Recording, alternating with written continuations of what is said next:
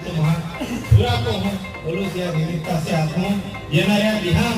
आपले नवापूर तालुका ना शरद दादा ना शिरीष दादा रोजगारासाठी काम करू आहे पण या भरत भाई MIDC ही 200 एकर जागा दिलो आहे 200 एकर जागा कमीत कमी 7,000 ते 8,000 पोहामामा नोकरी देणार आहे तुम्ही गावामध्ये पोहामामा नोकरी देणार आहे ना उन्हे ना सुरक्षा के जाना गरज आहे तुम्हाला नोकरी राहू